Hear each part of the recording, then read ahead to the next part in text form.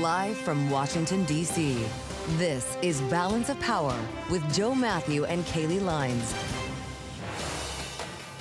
Stocks down and oil up as the ceasefire hits a wall. Welcome to the Wednesday edition of Balance of Power, as President Trump promises at the NATO summit in Turkey that Iran will never get its hands on a nuclear weapon. I'm Joe Mathieu alongside Kailey Leinz in Washington. Thanks for being with us here on the Wednesday edition. Kailey, it's tough to tell where we're going here. The president saying earlier that the ceasefire is over and the markets are responding. Well, he said the ceasefire is over, and yet when asked by reporters at a press conference in Ankara just moments ago, he suggested he doesn't think the war will start again. That's even right. as he said the U.S. could very well strike Iran again tonight after we saw Central Command conducting a wide sweeping of strikes yesterday in response to Iran hitting 3 ships in the Strait of Hormuz. So if the war isn't restarting but the ceasefire is over, where does that leave us? Is it still the pursuit of a negotiated outcome? The president says he's not even sure he wants to make a deal. Well, that's right. He says Iran wants to make a deal, but it doesn't know how, and he will allow negotiations to continue, referring to Jared Kushner and Steve Witkoff. But you're right, Kailey, the president also floating the idea of another blockade only against Iran. We'd let other nations through the Strait, and markets have been snapping on that. We saw stocks tumble at the open here. Crude oil's been up as much as 8% in New York. We're pulling off of our lows for stocks and off our highs when it comes to oil, but this has been a troubled session with no real certainty as to where we're going on his way home now on the old Air Force One. Yeah, not the new jet that, of course, was a gift from Qatar that he rode over to Turkey. That apparently is going to Europe to be shown to people. He said it's not entirely clear what exactly is going on. He said they'd be going home the normal way. He made many references to the fact that he is the #1 kill target for Iran in that news conference, that we know Iran has had assassination squads in this country aiming for President Trump. There are questions about whether that airplane was, in fact, secure enough for him to fly home at this moment, and we'll talk more about that coming up over the course of this hour. We do want to get with Aaron David Miller coming up, of course, on the latest with Iran. Kailey, it's just unclear what comes next. No, it's not, and the market is trying to parse through that as well. As Joe mentioned, stocks down, oil up. But let's get the finer details now as we turn to Charlie Pellet for a comprehensive look from New York. Hey, Charlie. Hi, thank you very much, Kailey. Indeed, a day when you certainly want to keep it locked into Bloomberg for all of the latest developments. We got you covered. Right now, stocks lower, as you correctly pointed out. Oil is moving higher. We have got the VIX back below 17 right now. The SOX up by 1.9%. Right to the equity numbers. A flare-up in geopolitical risks driving stocks and bonds lower. Right now, we got the S&P down 34, 74.69, where we stand, down by about 0.5%. Dow Industrials well off session lows, down 634 right now, drop there of 1.2%. The Nasdaq Composite Index down 48 for Nasdaq, a drop there of 0.2%. The Bloomberg Mag 7 Index down 0.9%. And again, the SOX bears repeating, up by 1.9%. The VIX below 17. The 10-year at 4.57%, with a 2-year 4.21%. Gold down $45 the ounce to $4,060. Spot gold down 1.1%. Crude, major story today. Right now, WTI $74.45 a barrel. West Texas Intermediate crude up 5.7%. Brent had been above 80. Right now, pulling back to 78.79. A barrel of Brent crude up by 6.3%. Oil jumping after President Trump said a tentative ceasefire with Iran is over, and that is raising the prospect of a fresh round of conflict in one of the world's most important energy-producing regions. Oil stocks, certainly a mixed picture right now. ExxonMobil down 0.8%. Chevron up by 1.2%. ConocoPhillips shares higher by 1.1%. Again, recapping, S&P 500 index down 34, drop there of just about 0.5%. And again, the SOX higher by 1.8%. For on-demand news 24 hours a day, subscribe to Bloomberg News Now wherever you get your podcast. I'm Charlie Pellet. That Joe Mathieu and Kailey Leinz is a Bloomberg Business Flash. All right, Charlie Pellet, thank you very much indeed. As Charlie mentioned, we are now basically at $75 a barrel on WTI. Brent is nearing $80 a barrel, up 6.5% on the day, just shy of 79 as we speak, on, of course, renewed hostilities in the Middle East and around the Strait of Hormuz specifically. Of course, we saw yesterday Iran striking 3 commercial vessels in the Strait of Hormuz. And in response, U.S. Central Command conducted a number of strikes against Iranian targets. And President Trump, speaking in Ankara, Turkey today, suggested that more strikes could come again tonight. While he pushed back on the idea of the war completely restarting, he also said that he views the ceasefire and the memorandum of understanding as essentially being over at this point, and that he does not have a lot of confidence in the way negotiations could move forward from here. He says he wants to finish the job in Iran. Yes, it's just not clear that a deal is going to be what finishes it. This is what the president told the press earlier today. Based on their actions over the last week or two, they're not doing a service to the people. And I think more than anything else is I got to know them. And I'm not sure I want to make a deal with them. We can play games, but I'm not sure I want to make a deal. Let's just finish the job. The president adding that Iran wants to make a deal, but, quote, they don't know how to make a deal, referring to the fact that he says they're working with very fine people: Witkoff, Jared, J.D. Vance, Marco, and Scott. Kailey, he said, quote, they're a little loco, they're a little crazy, which is nicer than what he said earlier in the day following his bilateral with the Secretary General of NATO. The ceasefire, when he said was done at that time, the MOU, he said was dead. And he referred to the leaders of Iran as liars, cheats, and sick people. Kailey, he said they are scum, which makes you wonder how exactly you pick up talks from here. Well, yeah, he suggested he will allow the negotiators you just mentioned to continue the talks, but he's not expressing much confidence in them at this point. And it is also striking, Joe, that we are now having a conversation based almost entirely around Iran in the aftermath of the president's attendance of the NATO summit on a day that it very well could have been all about Ukraine. It was not just a bilateral meeting that the president had with the NATO Secretary General, also the Syrian president and also Ukrainian President Volodymyr Zelensky, as the U.S. said it will allow the licensing of Patriot missile systems to be made inside Ukraine, knowing Ukraine has a desperate need for those. And the U.S. says, effectively right now at least, there aren't enough to go around. And where have we heard that before? If it was 24 hours ago on this program that we heard this from the Atlantic Council, if you were with us yesterday on Balance of Power, you saw this coming. A pretty remarkable turn there, that this technology will be licensed to Ukraine. And the president was asked about the potential for a reciprocal deal for us to license Ukrainian drone technology. He was more than open to that. So that actually could end up happening. After what Melinda Herring floated here on the program yesterday, we're actually seeing it come to fruition, which could be, by the way, the biggest news that came out of this summit. Yeah, it very well could. We also are wondering if we're going to get similar news around weaponry when it comes to Turkey in particular. The president had some very warm words for Turkey under the leadership of President Erdogan, suggested that he may like to see a return for Turkey to the F-35 program. He was pressed about that in the press conference as well. Well, let's bring in Anne-Marie Hordern. She's made her way to Bloomberg's cameras in Ankara, having been inside the room with President Trump for that news conference that we brought you live in our last hour here on Bloomberg. Our chief political correspondent on the case as the sun sets over Ankara. Anne-Marie, there are a lot of questions, as of course you're asking as well, coming from the markets, coming from investors, coming from Americans who thought there was a ceasefire in place. Is the president serious when he says it's over? Well, I think a lot of people left that room a little bit confused, because earlier this morning, the president was very emphatic and said the ceasefire is over. They can keep talking. He thinks it's a waste of time. Hot rhetoric about the regime, saying they're, quote, scum and a bunch of they're cuckoo.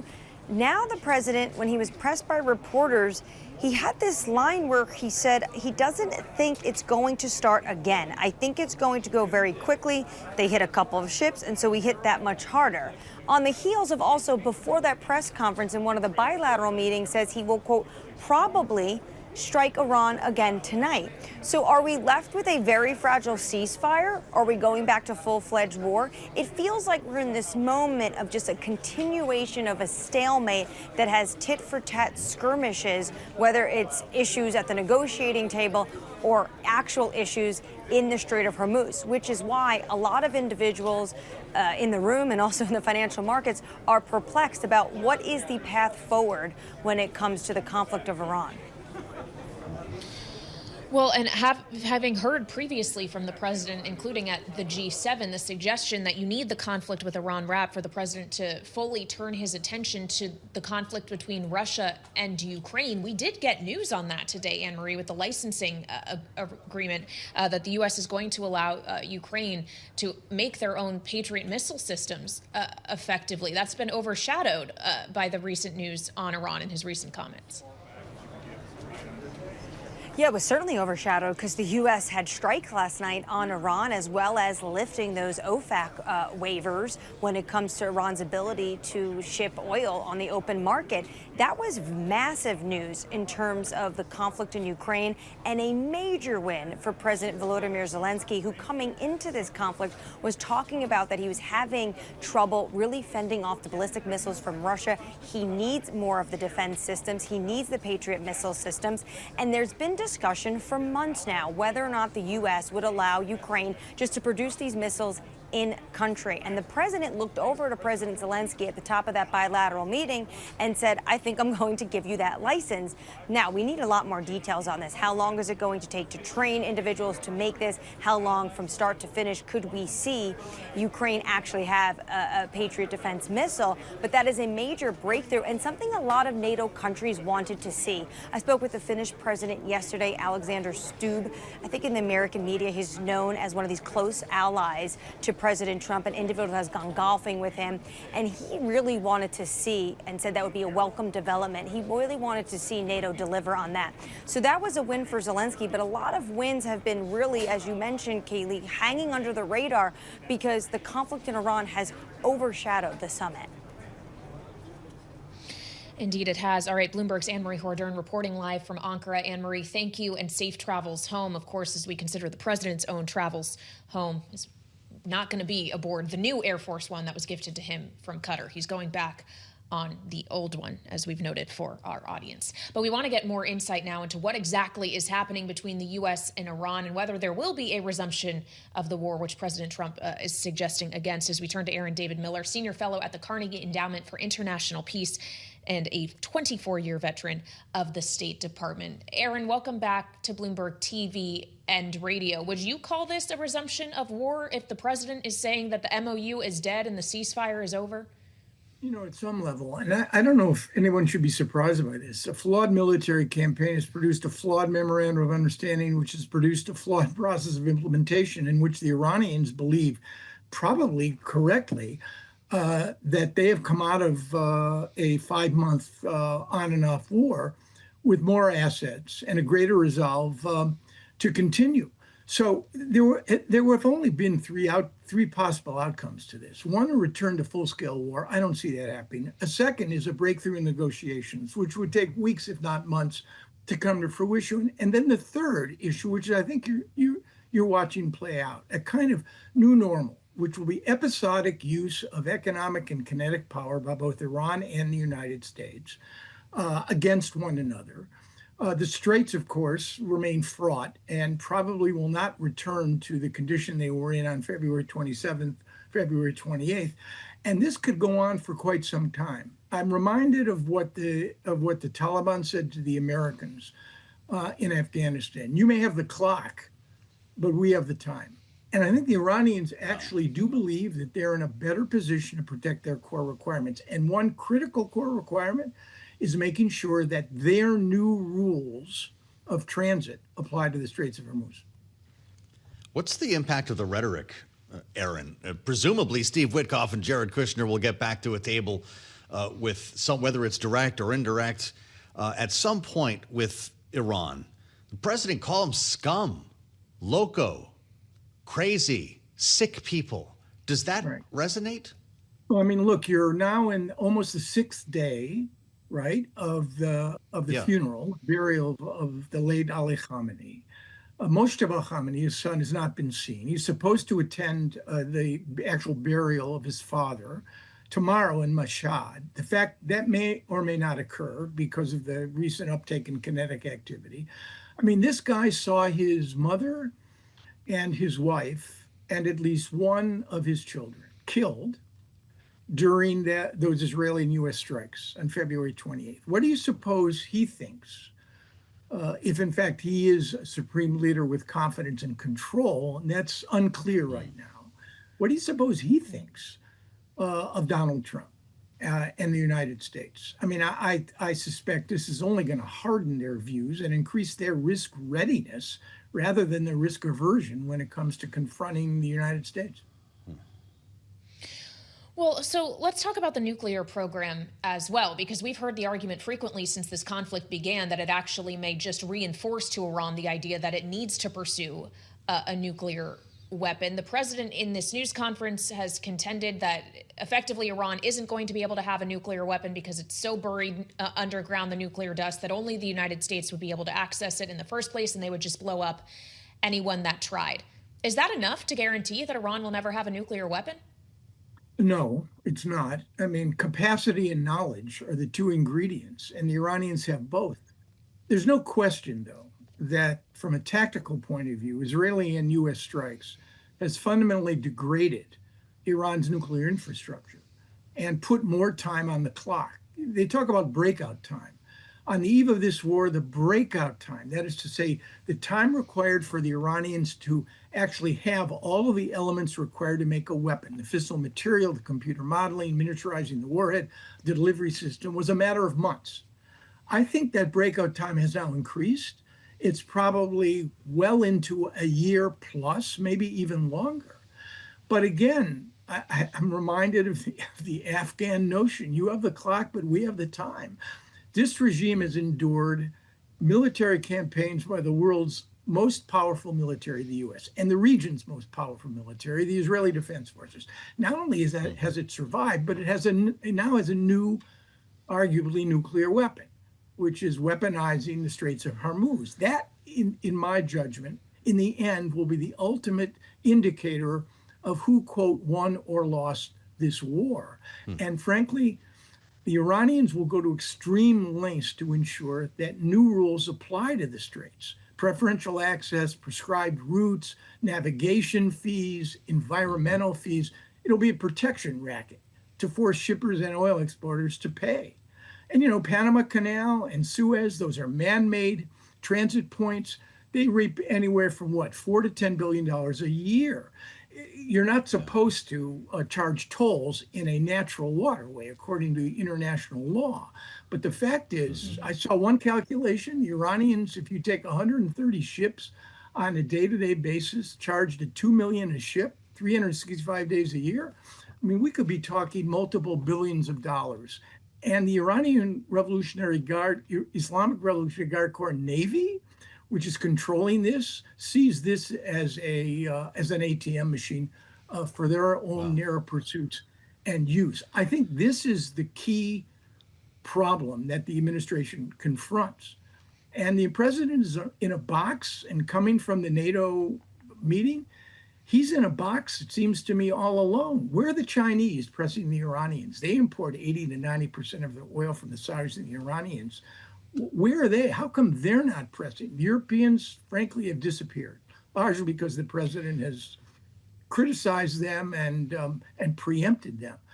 But Trump is in a box, and again, I'll say it, he's all by himself. I just don't see how this administration gets out of this without leaving the Straits with an enormous amount of control by the Islamic Republic of Iran. And that's going to be key to the international economy for many years to come until alternate infrastructure is developed, and of course to the global oil economy. Always great to spend some time with you, Aaron. Aaron, David Miller has the time and the clock at the Carnegie Endowment for International Peace. Thanks for being with us, as always, on Bloomberg TV and radio. We'll play this to the panel. Coming up next on Bloomberg, Rick Davis and Jeanne Zaino, Bloomberg Politics contributors. On an important day for geopolitics and domestic politics, the president is heading for the old Air Force One to make his way home now. Alongside Kailey, Leinz, I'm Joe Mathieu. It's 121 on Wall Street. We do check markets all day long here at Bloomberg. The Dow, the S&P, NASDAQ very much in the red as oil surges. West Texas Intermediate crude now up 5.2%, just above $74 a barrel. Barrel of Brent, $78.65, higher now by 6%. Earlier today, we did see Brent trading back above $80 a barrel. The S&P down 24, drop there of 0.3%. Stocks are falling as those U.S.-Iran jitters spur the rally in oil. Dow Industrials down 568. That is a drop of 1.1%. The NASDAQ Composite Index just about flat on the day. It is lower by 9 points, but down under 0.1%. Indeed, the NASDAQ 100 Index just turning higher. That index up now by 1 point. The Bloomberg Mag 7 index down 0.7%. The SOX, that is the Philadelphia Stock Exchange Semiconductor Index, it is up by 2.1%. All of this with the VIX below 17, a 10-year at 4.57%, and the 2-year 4.21%. Gold down 0.9%, 4,070 the ounce. And again, West Texas Intermediate crude just above $74 a barrel, up now by 5.2%. China plans to allow some of its biggest AI companies to buy, quote, a small number of NVIDIA's H200 chips. That's according to The Information, citing two people familiar with the matter. NVIDIA shares, they are gaining now. NVIDIA up by 2.6%. All of this with NVIDIA losing roughly $1 trillion in market value in less than 2 months. Recapping, S&P 500 index lower by 0.3%, spot gold down 0.9%, and West Texas Intermediate crude $74.11 a barrel, up now by 5.2%. For on-demand news 24 hours a day, subscribe to Bloomberg News Now wherever you get your podcast. I'm Charlie Pellet. Joe and Kailey, that is a Bloomberg Business Flash. All right, Charlie Pellet checking on the markets for us. Thank you so much. I'm Kailey Leinz alongside Joe Mathieu here in Washington on Bloomberg TV and radio and on YouTube. And if you're with us on YouTube or on Bloomberg TV, we're showing you a live look now of the presidential motorcade just rolling up to Air Force One at the airport in Ankara after the conclusion of the NATO summit hosted, of course, this year by Turkey. But the plane that the president just rolled up to in the Beast is not the new Air Force One gifted to this president by Qatar, of course, painted in his preferred colors of navy blue instead of robin's egg blue. He's on the old plane for his journey home. The new one instead is going to go to Europe and apparently be showed to American troops on our European bases. Joe, he was asked about this in the press conference he gave at the conclusion of the summit, and he went to a place of security concerns and previous attempts on his life that Iran has sponsored. He suggested, I'm number one, and this is a quote, on the kill list for Iran, going on to say they're lovely people as he climbs now the stairs of Air Force One. He said, I like being number one on TikTok better, Kailey, and we should be careful to connect the dots on this. The president didn't speak directly to that decision to take the old Air Force One home outside of what he had already written on Truth Social. To your point, he said that it would be headed to Mildenhall Air Force Base in the UK to give our troops a tour of the aircraft. But he was repeatedly referring to the fact that he is number one on Iran's kill list. We do know that assassination squads from Iran have been in this country seeking to target the president of the United States, and it's clearly something that he is aware of, repeatedly referring to the dangers that come with this job. We have a lot to talk about with our political panel. As the president wraps this NATO summit, we turn to Bloomberg Politics contributors Jeanne Zaino and Rick Davis. Jeanne is our Democratic analyst and democracy visiting fellow at Harvard Kennedy School's Ash Center. Rick is a Republican strategist and partner at Stonecourt Capital. We want to get to the geopolitics involved here, guys. The president saying earlier that the ceasefire is over. But Rick, if I could just ask you about this so we don't have to come back around to it. Are you concerned to see the new Air Force One gifted by Qatar stay behind? There are worries that this may not have been clean and may not be a secure jet to carry the president home from the Middle East. Yeah, look, I'm highly confident that, the traditional Air Force One has been hardened in a way that the new jet would not have had the time or the ability to get done. When these things are custom made for the President of the United States, at the beginning of the construction process, they can do things to really fortify the plane, which they should. When you receive a gift like that from Qatar, they're not going to strip it down and refortify it in a way that is going to reflect the kind of safety and security that the traditional Air Force One gets. So flying around the United States, you're reducing your threat level a lot. Flying overseas, I'm sure the Secret Service has said, let's stick with what we know. And the defensive measures that are on board. So I think as an ounce of prevention is probably what was called for. I see.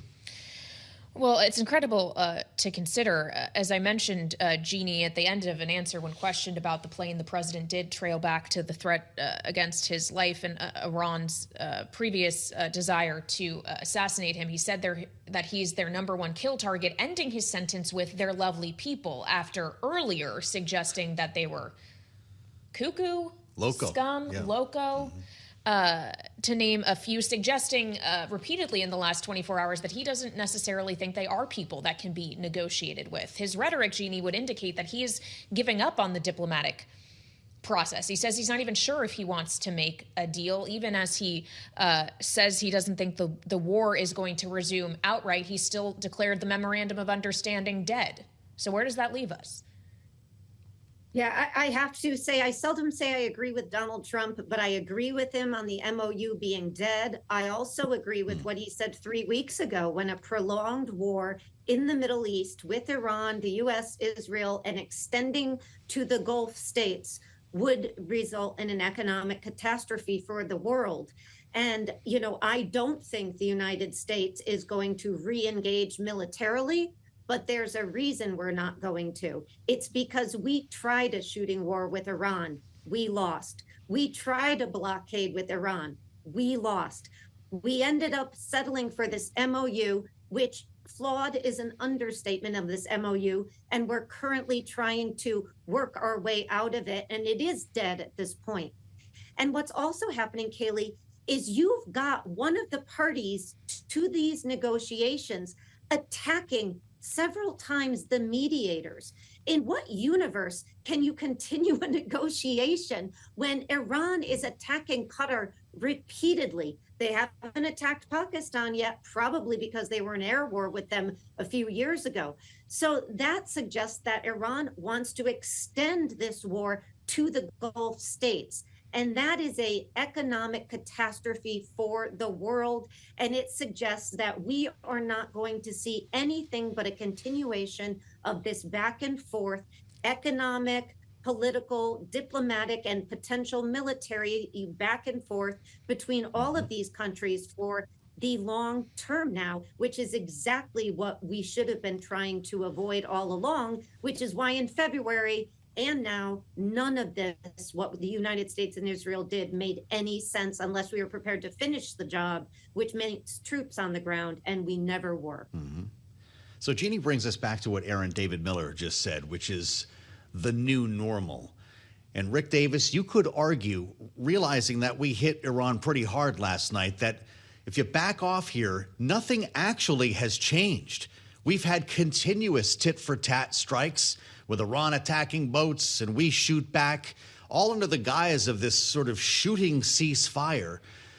And nothing really in this world, other than the president's rhetoric, has changed with regard to the status of the MOU. Is that how you're looking at this? Yes, it's very confused at this point. I applaud Donald Trump for saying that the MOU isn't enforced, because when we define success as getting a deal from Iran, it hands Iran all the leverage. I think that the president ought to rip up the MOU for good. It didn't do anything for us and did a lot for Iran. If Iran attacks ships in the Gulf, they should be responded to.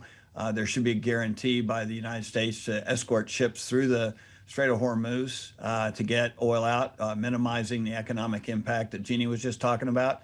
And if Iran resists, they should be met with serious force. Iran is the largest sponsor of state terrorism in the world, and we cannot treat them as a co-equal in a negotiation to basically get them to stop terrorizing the Gulf. And I just think that this could be a step in the right direction. I would hope that the president would rescind his invitation to his negotiators to spend time continuing to talk about an incredibly flawed agreement. Start fresh, secure the Gulf, get trade going back through there. And if they resist and try to interrupt the free flow of goods going through the Gulf, international waters, they should be handled accordingly. Well, of course, it was the reopening of the Strait of Hormuz that the president really was seeking, and that the MOU was supposed to accomplish. And the idea that the Strait may not be free and clear for the time being is what has sent oil prices higher today. But there's also the consideration of Russia as we contend with what's happening, not just in crude, but in refined products as well, like diesel. As Russia announced today that it's banning diesel exports after a number of its refineries have been hit by Ukraine. This is actually something we were discussing yesterday prior to that announcement from Russia with oil strategist Tom Kloza. This is what he told us. The big story that's not getting covered that much are the drone strikes in Russia. You know, Russia has probably lost somewhere over 1 million barrels a day of capacity. Every week, you see more large refineries in Russia set fire, and they're not going to be back anytime in 2026. It looks like Russia is going to see lower and lower refinery runs because Ukrainian drones are going to strike them. If the president really wants to impact the oil market right now, he would, you know, basically go 24/7 and try to get a peace deal for Ukraine and Russia. And Jeanne, President Trump did have a bilateral meeting today with the Ukrainian President Volodymyr Zelensky and said that the U.S. would be licensing Patriot missile systems for Ukraine to produce in country. Is this a sign that the president is ready to get a peace deal for Ukraine, more materially ready and more on Ukraine's side perhaps than he was? You know, I think it's hard to say because, of course, this has been a real sort of engagement, in my view, on the part of the president, and then a sort of lack of engagement, chastising Zelensky back and forth. So, you know, I think this is part of the problem. You know, Trump's way of dealing with these international issues has been to keep people on their toes, not know what to expect. But of course, that can work in some places. But in other places, it means you don't really know. Is Donald Trump going to follow through with what he says? Is he going to engage long term? And, you know, as we step back and look at whether it's Iran, whether it's Russia, and the issue of the economic impact and the price of oil, this is where the president was right again 3 weeks ago when he talked about the catastrophe economically. This is. And it's not just the Iran, it's not just the Strait issue, it's Russia as well. And unless it is addressed in total, and that is not going to just be something United States can do independently. We need our allies. We need all of our European and NATO partners. And this is why I was happy to hear, you know, a slightly nicer tone to NATO in this presser. But this has been a back and forth all year with the president, and it leaves us in a difficult position economically. All right, Jeanne, Zaino, and Rick Davis, Bloomberg politics contributors, the both of them. Thank you so much for joining us. And as we consider Russia and that diesel export ban, yes, oil prices are moving higher today. I would point you to diesel futures, too. Right now, up about 10.5% on the session. We'll have more ahead here on Balance of Power on Bloomberg.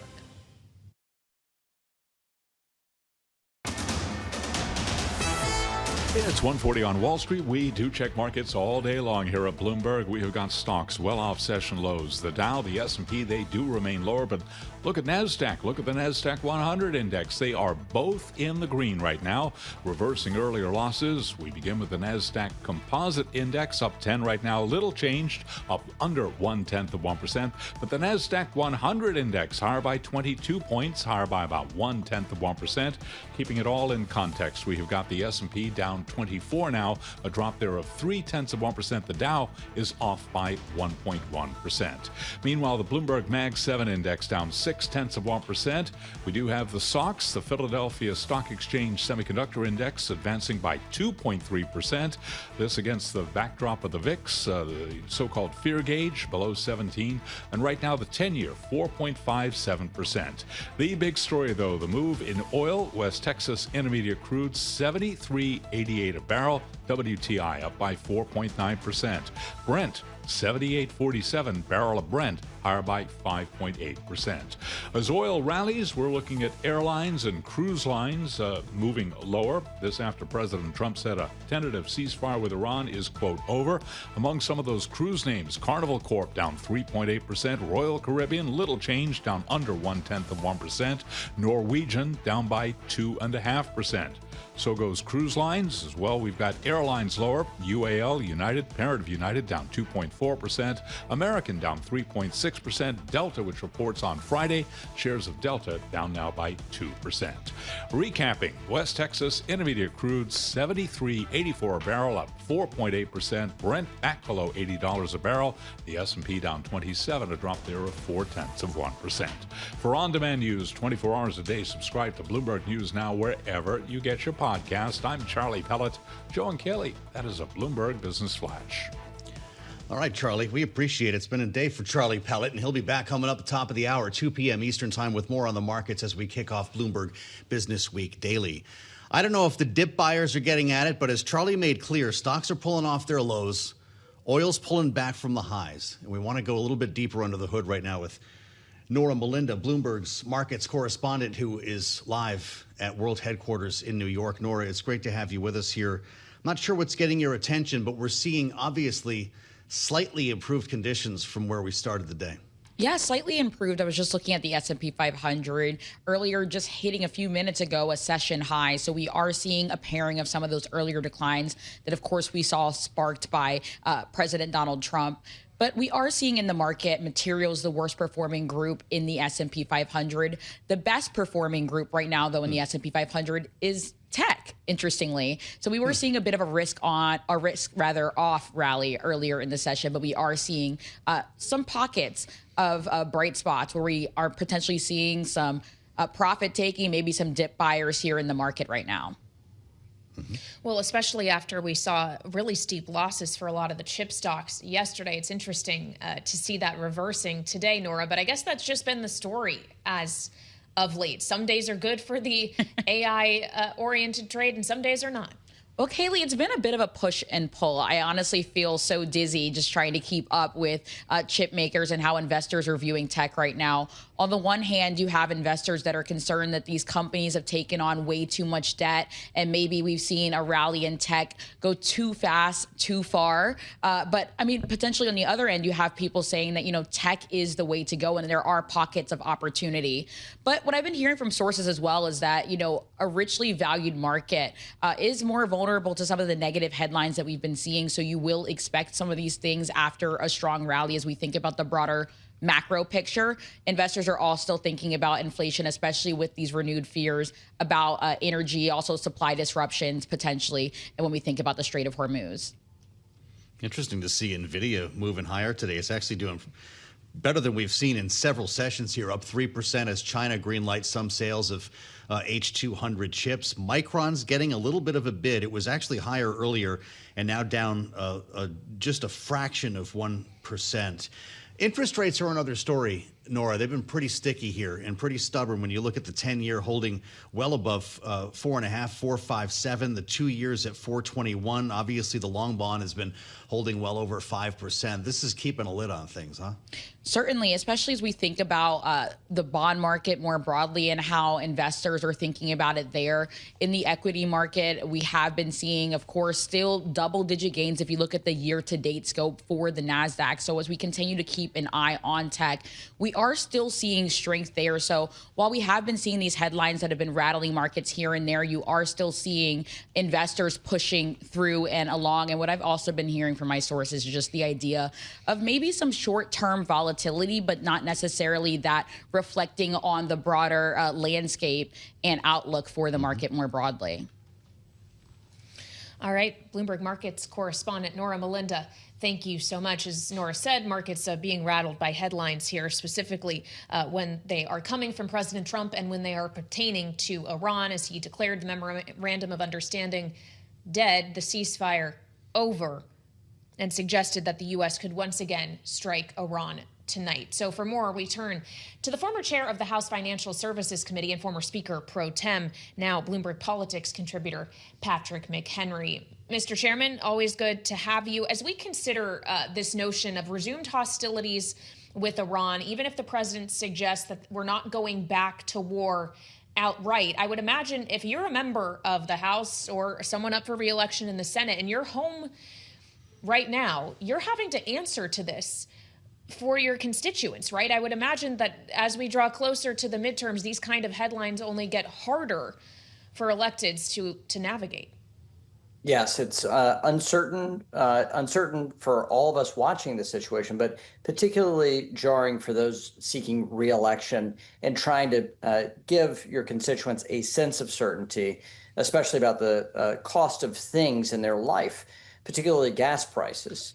It's very hard for an elected official to say that we're in much better shape than we otherwise should be, given the fact that the Strait of Hormuz is effectively closed. That's a very hard message But America is in a dramatically better position than where we've been in previous generations with our oil supply and production and refining capacity here in the United States. That's a lame message to take if you're running for re-election, that things could be worse. That is never a good election year message, but that's what they have to contend with right now. As somebody who's run for re-election a couple times, Mr. Chairman, you wonder what the mentality is going to feel like by Labor Day. And I don't know if you buy into that long-standing bit of wisdom that people start to solidify their opinions right around the beginning of September, and that's when these races start to harden, that the races start to codify themselves based on what we're seeing in the current standing in the polls. Right now, I guess everybody's on the beach. You know that. They're not paying quite as much attention. But when does $3.79 become a real problem for consumers who are starting to make decisions for November? Well, it's currently a problem for families that are traveling this summer. This is prime travel season, prime motoring season in the United States. And when do they connect the dots to elections? But you're right. At Labor Day, it does solidify. Everything kind of crystallizes and feelings get locked in. And since Election Day is no longer really Election Day, once you hit the month of October, you have people voting or starting to vote across the country.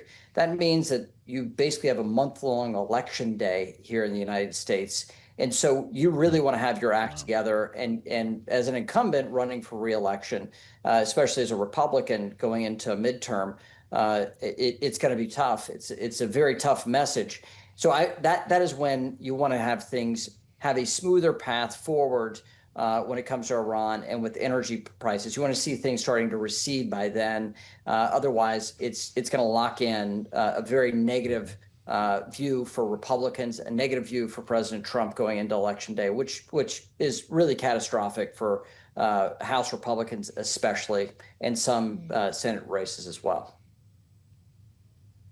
Well, I'd like to ask you about one Senate race in particular, the Senate race in Maine. We are still waiting to see what Graham Platner's future will be if he does ultimately drop his campaign in his bid to unseat Susan Collins in the face of sexual assault allegations, which of course he denies. Mr. Chairman, if you're Susan Collins right now, is it heartening to know you may have a new opponent in a matter of weeks who isn't going to have as much time to build up support? Or did you want to run against Graham Platner? No, I think Senator Collins wanted to run against Graham Platner, and the Democrats started to understand that with multiple serious allegations, and each one becoming more damning and less defensible for the Democratic Party. And as late as 3 days ago, you had Democratic operatives, especially from the socialist wing of the party, defending every bit of allegation against Graham Platner. It's troubling for them to have to answer for that. But there's this larger divide within the Democratic Party we're going to see come to fore, which could be of benefit to Senator Collins and to Republicans generally, which is the divide within the Democratic Party between the socialist left that is ideologically fixed. They were hoping that a Graham Platner, working class looking guy who was, went to elite boarding schools, but they've tried to write that out of his narratives. But the socialists wanted a white working class guy to make this look like instead of an elite intellectual activity from the socialists and not diverse, they were trying to show a level of diversity with this ideology that's never been evident. And so you're going to have that wing of the party versus those that really want to win with a more pragmatic view, though liberal. And those things are going to play out in coming days in Maine. And we're going to see that really open up not just what happened in New York primary elections from a few weeks ago, but to show an additional state that you have this serious ideological divide within the party between moderates or liberals versus the very far left socialist wing of the party driven by Elizabeth Warren and Bernie Sanders. Well, the Maine Democratic Party does not seem divided on the issue of getting Graham Platner out of the race and keeping him out of whatever comes next. Pretty dramatic stuff, Mr. Chairman, from Devin Murphy Anderson, the executive director of the Maine Democratic Party, who was so upset about what she was hearing and overtures apparently from the Platner campaign that she put up this video to send a very stern message. Let's watch and listen. The Maine Democratic Party has been working around the clock to develop a process to replace our U.S. Senate nominee that is open, inclusive, transparent, and fair. The integrity of this process is just as important as the outcome, and we are committed to ensuring that Democrats across our state can have confidence in both. Unfortunately, Graham Platner's team has repeatedly reached out to us in an attempt to put their thumb on the scale of what this process looks like. Wow. So what do you see here, Patrick McHenry? Some sort of shotgun primary process? What could the party do in Maine to satisfy voters that they had a say in this and that Platner's thumb was not on the scale? Nothing. All it is show. This is what happened with Kamala Harris replacing Joe Biden after it became evident of his inability to see through a successful election against President Trump. So it's going to play out like that. Again, you're going to see theater about inclusivity and input, but the party apparatus and the party rules dictate, and state law will dictate this replacement process, which is very closed circuit in the Democratic Party within Maine, just like most parties across the country. This is a closed door, effectively a closed door event, but they'll have some theater to show inclusivity. The word integrity, though, is very interesting to hear. The Democratic Party is trying to regain their sense of integrity, having done this elaborate dance to defend Graham Platner in the hopes of gaining the Senate seat. Both parties, in fact, my friends and Republicans in Texas are doing something similar around a pretty bad Republican nominee in the Texas Senate race. So both parties are dealing with this. And these are things that parties have to deal with from time to time. And unfortunately, we're all going to be able to. Unfortunately for Democrats in Maine, they're the ones that have to go through this pretty nasty and arduous process to find a way to salvage an election in Maine. We just got a headline crossing from the Washington Post that Platner will be speaking about the future of his campaign tonight. So I guess we'll see if that is when a formal announcement will come. Of course, CNN had earlier reported there would be a video. I guess we will all stay tuned to find out. Mr. Chairman, thank you so much for your time. As always, the former chair of the House Financial Services Committee and now a Bloomberg Politics contributor, Patrick McHenry. And McHenry, of course, there was talking about Ken Paxton, or alluding to him, another candidate whose morality has been in question and yet is the nominee in the Senate race. But of course, there are other questions around where the lines are in politics in a modern age in which you also have a president of the United States who was found liable for sexual abuse. That's correct. This is not going to get easier for Graham Platner. And when he speaks tonight, of course, we'll be listening and let you know more. The Washington Post saying that the campaign team held a call this afternoon. Leadership sounded resigned to the idea that it could be ending soon. This is Bloomberg.